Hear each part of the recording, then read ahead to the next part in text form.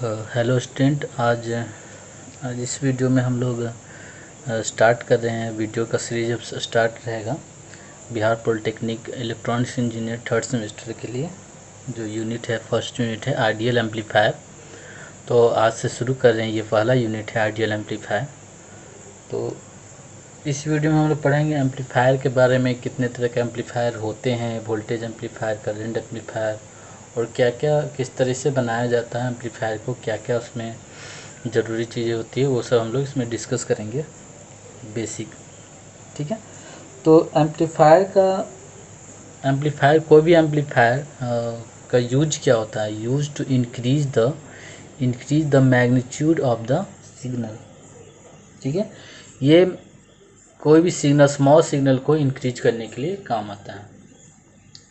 जैसे कि एग्जाम्पल के तौर से देख सकते हैं कि अब बड़े बड़े जहाँ स्टेज शो होता है तो वहाँ पर जो हम लोग माइक में बोलते हैं, तो माइक का जो भी कॉम्बिनेशन, माइक से लेकर लाउड स्पीकर तक, वो सब एम्पलीफायर का ही सेक्शन होता है। उसमें एम्पलीफायर होता है, बहुत वोल्टेज एम्पलीफायर होता है, पावर एम्पलीफायर होता है। तो पहले क्या होता है कि माइक में जो वॉइस सिग्नल है तो वो एक तरह का एसी सिग्नल में उसको कन्वर्ट करता है, और वो बहुत ही स्मॉल होता है, जो कि हम लोग एम्पलीफायर में यूज नहीं कर सकते हैं। बहुत ही स्मॉल सिग्नल होता है, तो उसको एम्पलीफाई मतलब उसको इंक्रीज करके दे, ताकि हम उसको यूज किया जा सके। तो इंक्रीज करने की हम लोग को रिक्वायरमेंट होता है। ठीक है। तो इस वजह से हम लोग एम्पलीफायर बनाते हैं, ताकि वो स्मॉल सिग्नल के एम्पलीट्यूड को ये इंक्रीज किया जाए। तो बिना शेप में चेंज किए हुए उसको इंक्रीज करता है। तो अगर शेप में चेंज कर देंगे तो वो डिस्टॉर्शन हो जाएगा, लेकिन हम लोग कोशिश करते हैं कि बिना शेप में चेंज किए हुए उसके एम्पलीट्यूड को इंक्रीज किया जा सके। तो वैसा सेक्शन को हम लोग एम्पलीफायर बोलते हैं।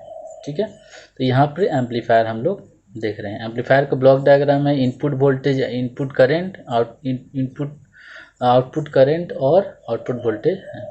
तो यहाँ पर अगर वोल्टेज के रूप में ले रहे हैं तो इस तरह से वोल्टेज हम लोग को एम्पलीफायर सेक्शन में मिलता है। एग्जाम्पल के तौर पर अगर 5 वोल्ट, ये -5 मैक्सिमम वोल्टेज का अगर चर्चा करते हैं, तो ये 5 वोल्ट है, 5 वोल्ट है, तो ये अगर 10 वोल्ट मिल रहा हुआ मुझे जो लार्ज सिग्नल है, तो उसमें क्या होता है, इसका 5 से इंक्रीज करके क्या कर रहा है, 10 कर रहा है। तो इसका मतलब है कि ये 2 टाइम्स से इंक्रीज कर रहा है। तो ये जो 2 है, ये 2 टाइम्स से जो इंक्रीज कर रहा है, यही क्या कहलाएगा, हमारा गेन कहलाएगा। ठीक है। ये हमारा गेन कहलाता है। ठीक है। तो गेन क्या होता है कि वो कितने टाइम से आउटपुट जो वोल्टेज है, आउटपुट वोल्टेज है, वो कितने टाइम से गेन को, कितने टाइम से इनपुट वोल्टेज को कितने टाइम से बढ़ा रहा है, तो उसको हम लोग क्या बोलते हैं, गेन। तो आउटपुट वोल्टेज कितने टाइम से गेन इनटू हो जाएगा इनपुट वोल्टेज, क्योंकि 2 टाइम से बढ़ा रहा है तो ये 2 गुना हो जाएगा, 3 टाइम से बढ़ा रहा है तो 3 गुना हो जाएगा। ठीक है। तो ये हमारा एम्पलीफायर होता है। ठीक है। अब आगे इसको थोड़ा पढ़ते हैं। तो हम लोग अब गेन के बारे में पढ़ते हैं। तो गेन एक्चुअली क्या हो गया, जैसे कितना टाइम से बढ़ा रहा है, तो हम लोग कह सकते हैं कि ratio of output to the input हमारा गेन कहलाता है।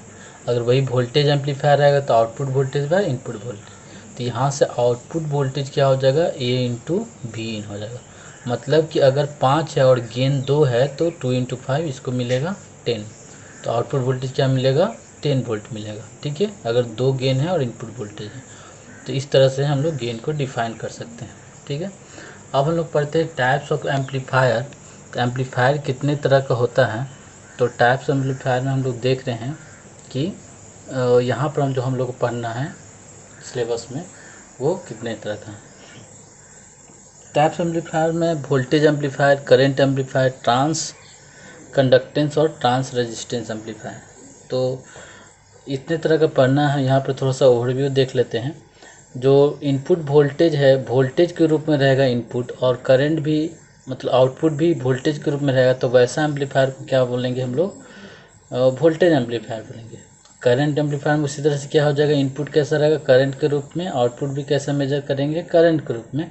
तो मतलब ये करंट सोर्स के रूप में रहेगा, ये करंट से मेजर करेंगे। तो ये ट्रांस कंडक्टेंस, तो इसमें क्या होगा, जैसे कि इसको कैसे पहचानते हैं, या रेजिस्टेंस को कैसे, रेजिस्टेंस को समझते हैं। रेजिस्टेंस आर का क्या होता है, V/I होता है। और ये एक तरह का जो ट्रांस रेजिस्टेंस है, ये एक तरह का गेन के प्रॉपर्टी को बता रहा है। तो गेन बराबर होता है आउटपुट बाय इनपुट, तो ये हो जाएगा V/out/I, ये हो जाएगा हमारा गेन। तो गेन हो जाएगा, ये हमारा हो जाएगा मैक्सिमम गेन, ये मैक्सिमम गेन का लिए हो जाएगा ट्रांस रेजिस्टेंस के लिए, क्योंकि इसका यूनिट हो जाता है, इस गेन का यूनिट होता है ओम, इसलिए इसका नाम है ट्रांस रेजिस्टेंस एम्पलीफायर, रेजिस्टेंस के रूप में ट्रांसफ़र करता है। ठीक है, तो यहाँ पर देख रहे हैं हम लोग कि आउटपुट जो है, ये आउटपुट इधर आउटपुट में क्या हो जाएगा, वोल्टेज के रूप में हम लोग मेजर करेंगे, और इनपुट में करंट के रूप में, यहाँ रेजिस्टेंस में इनपुट में करंट के रूप में, आउटपुट में वोल्टेज के रूप में। कंडक्टेंस क्या होता है, इसी का अपोजिट होगा, आई बाई वी होगा, तो आई बाई वी हो जाएगा, तो वी आई बाई वी, तो आई बाई वी, तो ये आउटपुट हो जाएगा और ये इनपुट हो जाएगा। तो इनपुट में क्या लेंगे, वी इन, आउटपुट में क्या लेंगे, आई आउट लेंगे। ठीक है, यहाँ तक क्लियर हो गया होगा, आई होप सभी को समझ में आ गया होगा।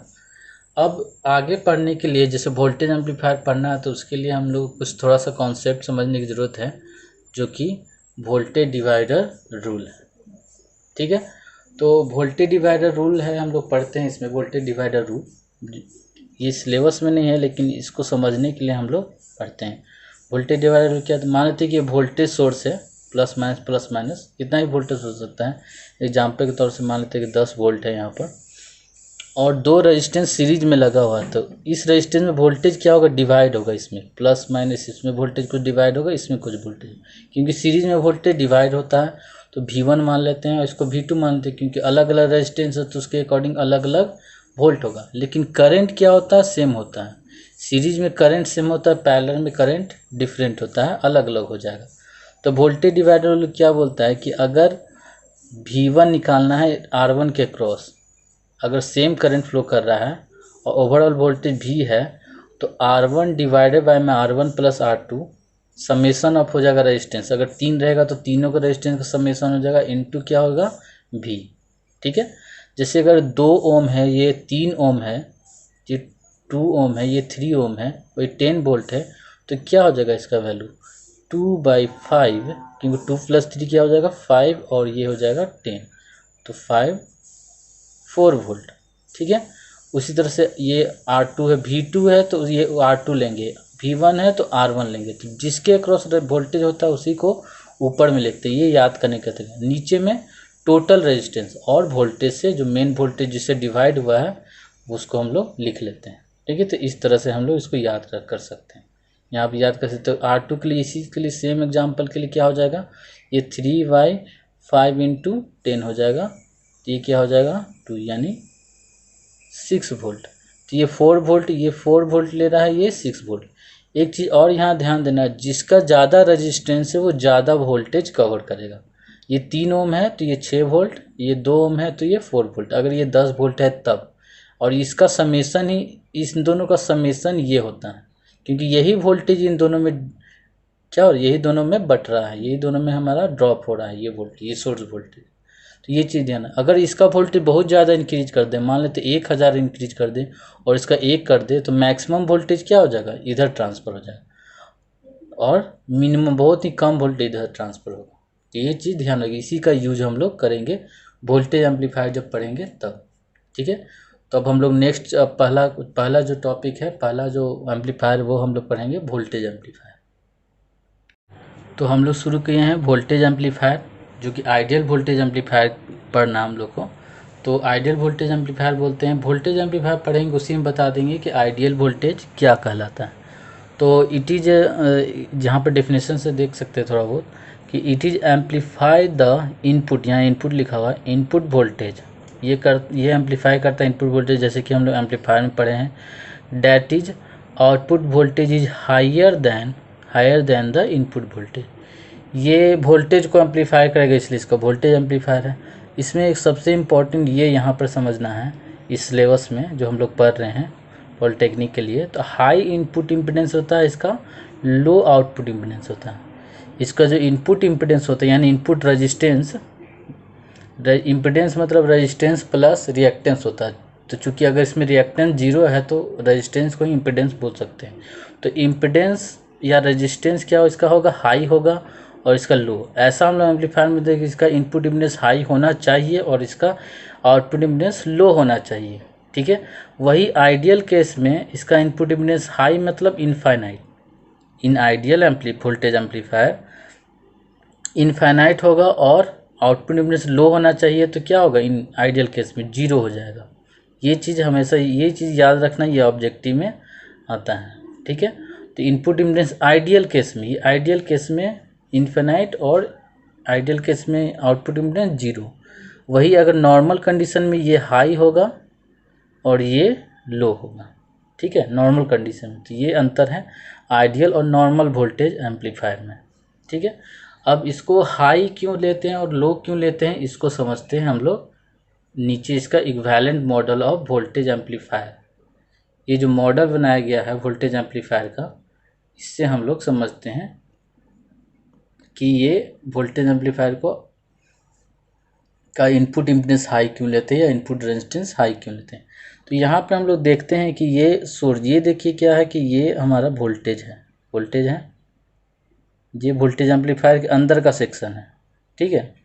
यहाँ से इनपुट वोल्टेज, इसके अक्रॉस जो वोल्टेज है वो क्या होगा, वी इन है, और वी इन किसके बराबर हो जाएगा, इस सेक्शन में देखते हैं ये इनपुट रेजिस्टेंस यानी इनपुट इम्पीडेंस के बराबर, अक्रॉस बराबर नहीं, इसके अक्रॉस जो वोल्टेज ड्रॉप होगा इसके कारण वो इनपुट इम्पीडेंस होगा, वही भी इन कहलाएगा। और वही भी इन क्या होगा, हमारा एम्पलीफायर के सेक्शन के अंदर इंटर करता है और यही, और फिर क्या करता है, उसको ए टाइम से बढ़ाएगा, भी इन इंटर कर गया है, अब ए टाइम्स गेन है, ए क्या है, गेन है, तो ए टाइम्स बढ़ा देता है, इंक्रीज करता है एम्पलीफायर, इसलिए ए टाइम्स बढ़ा दिए।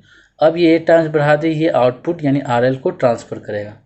लेकिन जो सर्किट होता है उसमें कुछ न कुछ रेजिस्टेंस होता है, आउटपुट रेजिस्टेंस, यहाँ पर इनपुट रेजिस्टेंस भी हम लोग बताए हैं। तो ये रेजिस्टेंस के बारे में हम लोग देखेंगे कि इसको किसको लो होना चाहिए, किसको हाई होना चाहिए। मतलब हम लोग ऐसा डिज़ाइन करते हैं एम्पलीफायर के अंदर का सेक्शन को कि जो हमारा जो आउटपुट है, जो इनपुट है, ये मान लो ये जो पूरा इनपुट एम्पलीफाई करके हमको आउटपुट मिले। मान लें कि 5 है और गेन इसका एम्पलीफायर गेन 2 है, तो इस यहाँ पर क्या मिलना चाहिए, 10 वोल्ट मिलना चाहिए आरएल, यानी आरएल के अक्रॉस, यानी आउटपुट वोल्टेज 10 वोल्ट होना चाहिए। तो फर्स्ट सेक्शन के लिए देखते हैं, इस सेक्शन के लिए ध्यान देना, इस सेक्शन के लिए है, इस सेक्शन के लिए अब इसको भूल जाना, इस साइड को भी इन चाहिए, भी इन किसके क्रॉस है, आर इन के क्रॉस है, और हम मुझे क्या चाहिए कि वी एस जो किसके बराबर हो, भी इन के, ताकि हम ये पूरा हम लोग 5 वोल्ट इधर इंटर करें।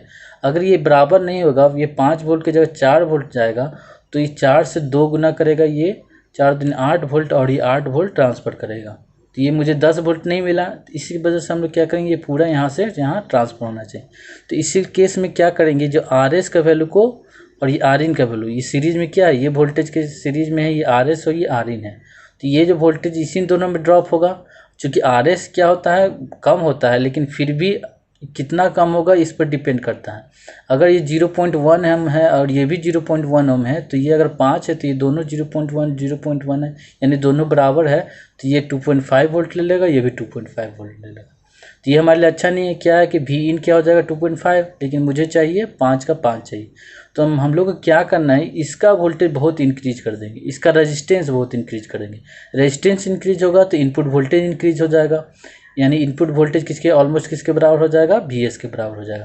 तो रेजिस्टेंस कितना, जैसे एग्जाम्पल के तौर पर इसको 1000 ले लेते हैं और ये क्या 0.1 ही ले रहे हैं, तो 1000 से और 0.1 की तुलना में 1000 क्या बहुत ज़्यादा है। और अभी हम वोल्टेज डिवाइडर रूल में पढ़े हैं कि जिसका सबसे ज़्यादा रेजिस्टेंस होगा उतना ज़्यादा वोल्टेज होगा।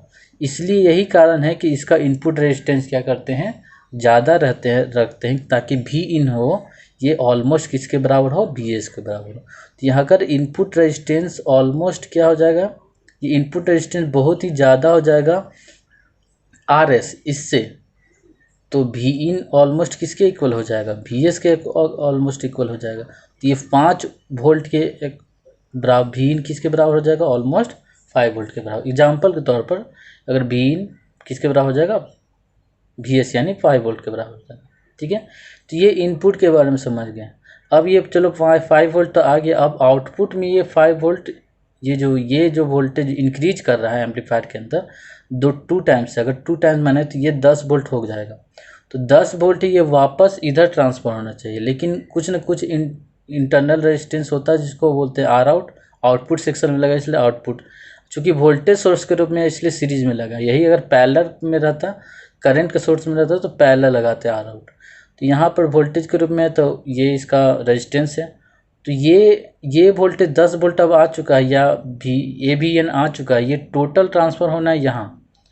तो फिर से वही चीज़ आ जा रहा है यहाँ पर इस सर्किट में, ये वोल्टेज सोर्स का काम कर रहा है, ये दोनों रेजिस्टेंस हैं। तो जिसका ज़्यादा रेजिस्टेंस होगा उसमें ज़्यादा ड्रॉप होगा।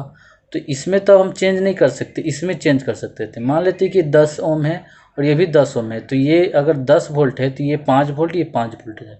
लेकिन अगर इसको 10 के जगह 0.001 कर दें तो मैक्सिमम कहाँ 10 के 10 ट्रांसफ़र हो जाएगा। ये 10 की तुलना में ये 0.001 क्या होगा, बहुत ही कम होगा। तो इसके तुलना में RL के तुलना में ये बहुत नेग्लिजिबल हो जाएगा, जिसके कारण ये AVN यानी 10 वोल्ट है वो किधर ट्रांसफ़र हो जाएगा, RL के क्रॉस ट्रांसफ़र हो जाएगा। ये बात क्लियर हो गई है। इसका मतलब ये हुआ कि जो R आउट है अगर लेस देन अगर RL के बराबर हो कर देते हैं तो जो AVN है किसके बराबर हो जाएगा, V आउट के बराबर हो जाएगा। तो इसलिए यहाँ से A इक्वल टू हो जाता है, इसलिए यहाँ A से A इक्वल टू हो जाएगा V आउट डिवाइडेड बाय में V in, almost equal to V in के बराबर हो जाएगा। और V इन किसके बराबर है, VS के बराबर है, VS के बराबर। तो A मिल गया क्या, आउटपुट डिवाइडेड बाय में इनपुट। ठीक है, तो इसका मतलब ये अगर A 2 है, A के 2 है तो आउटपुट क्या हो जाएगा, आउटपुट 2 इंटू VN हो जाएगा। तो अगर ये VN 5 लिए थे तो ये 10 वोल्ट मिल जाएगा, यानी ये 5 वोल्ट है तो ये 10 वोल्ट मिल जाएगा। तो ये 5 का 5 ये पूरा ये गेन से गुना करके मल्टीप्लाई करके 10 मिल जाए, वो तभी पॉसिबल है जब इसका इनपुट इम्पीडेंस लो हो, बहुत ही इनपुट इम्पीडेंस हाई हो, बहुत ही ज़्यादा। मैं इन्फिनाइट के अगर आइडियल के केस में इन्फिनाइट हो और आउटपुट इम्पीडेंस क्या हो, लो हो। तो यही कारण है कि हम इसका इनपुट इम्पीडेंस ज़्यादा करते हैं, इसका आउटपुट इम्पीडेंस लो करते हैं, ताकि ये पूरा वोल्टेज को अंदर की तरफ ले और उसको एम्पलीफाई करके वापस से आउटपुट ये लोड की तरफ ट्रांसफ़र करें। ठीक है, ये बात क्लियर हो गया होगा, आई होप क्लियर हो गया होगा सभी स्टूडेंट को। तो अगर नहीं हुआ तो इस वीडियो को फिर से बैक करके इतना समझ सकते हैं, ये बहुत इंपॉर्टेंट है। करंट एम्पलीफायर में जब पढ़ेंगे तो यही कॉन्सेप्ट हम लोग यूज करेंगे, लेकिन थोड़ा दूसरे तरीके से यूज करेंगे। वोल्टेज एम्पलीफायर और करंट एम्पलीफायर समझ में आ गया तो बाकी जो 2 ट्रांस रेजिस्टेंस और ट्रांस कंडक्टेंस एम्पलीफायर है वो बहुत अच्छे तरीके से क्लियर हो जाएगा। ठीक है, तो आज के इस वीडियो में बस इतना ही, और नेक्स्ट वीडियो में हम लोग इसके आगे पढ़ेंगे।